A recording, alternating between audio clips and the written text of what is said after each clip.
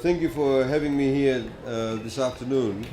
As the Special Administrator said, the market is really the lifeblood of any town. I was just 2 days ago, last week in Raki, where we opened the extension of the Raki market. And we are here today in Sigatoka. There is going to be also, work has already commenced in Nandi, an upgrade in Nandi, a double-story complex. There will also be accommodation for women. There's also going to be an extension to Lotoka. Work has already started on that. Upgrade in Savu market and Lambasa hopefully by next year. As you can see, there's actually a pattern taking place. And the pattern is that the Bainimarama government believes that in order to help people who are down at the lower socioeconomic scale, people who are not necessarily rich, but people who make a living out from the market area, people who sell their fruits and vegetables, they need to be encouraged. And they can be encouraged, of course, by various incentives in terms of agricultural incentives, initiatives that we have through the Ministry of Agriculture, but also the environment in which they operate in must be a very good environment or salubrious environment where people feel that they are able to sell their products well, and you also attract people to come to the market. If the market is dirty, if the market is not attractive, not many people will come to the market. If you feel that you can go and sell your goods, your dalo, cassava, vegetables, fish, whatever it is, the environment is good, you will feel like growing more dalo. You will feel like catching more fish. You will feel like growing more bhindi or bhaji, whatever it is. Because that's what we intend to do.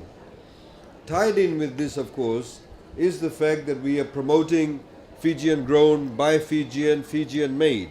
All of this has a tie-in. We don't pull things out of the air and just have one idea and put it together. We actually put a whole set of ideas together.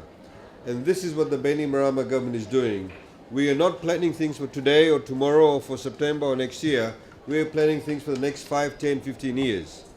That's the only way any country can progress.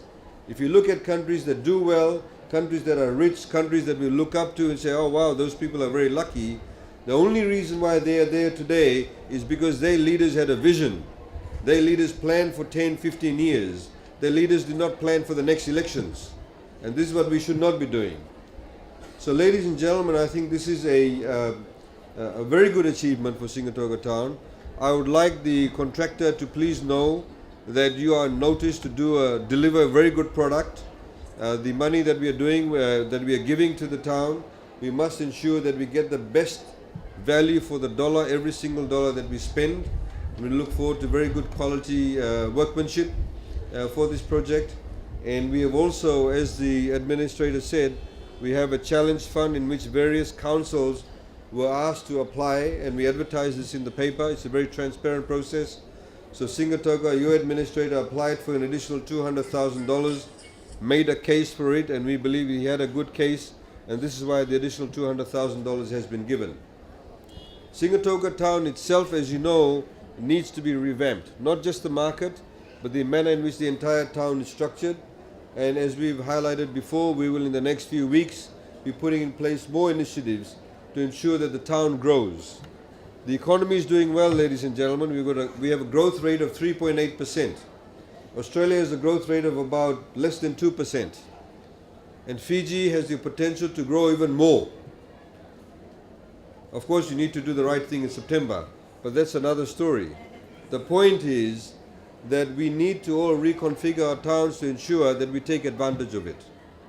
The analogy I like using is that if those of you who know about surfing, when you go and surf a wave, when you jump on the board, you need to catch the wave at the right time, otherwise you'll fall over.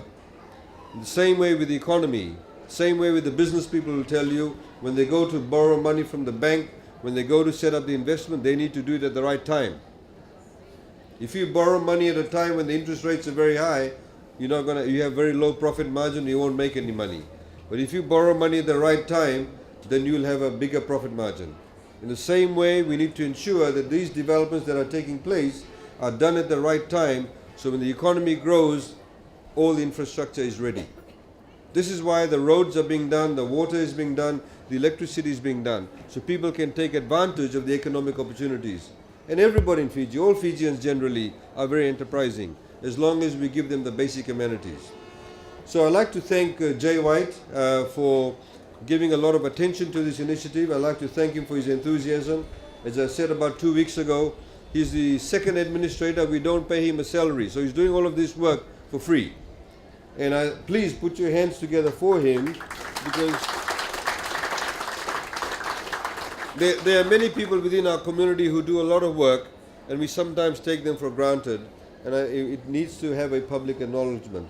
Also, I'd like to thank his staff for working together, and I'm sure with all of us collaborating, as he said, in the next couple of weeks there'll be a bit of inconvenience, but in the end the result will be quite good. So thank you very much for attending this afternoon, and wish you a very good afternoon. Vinaka, thank you.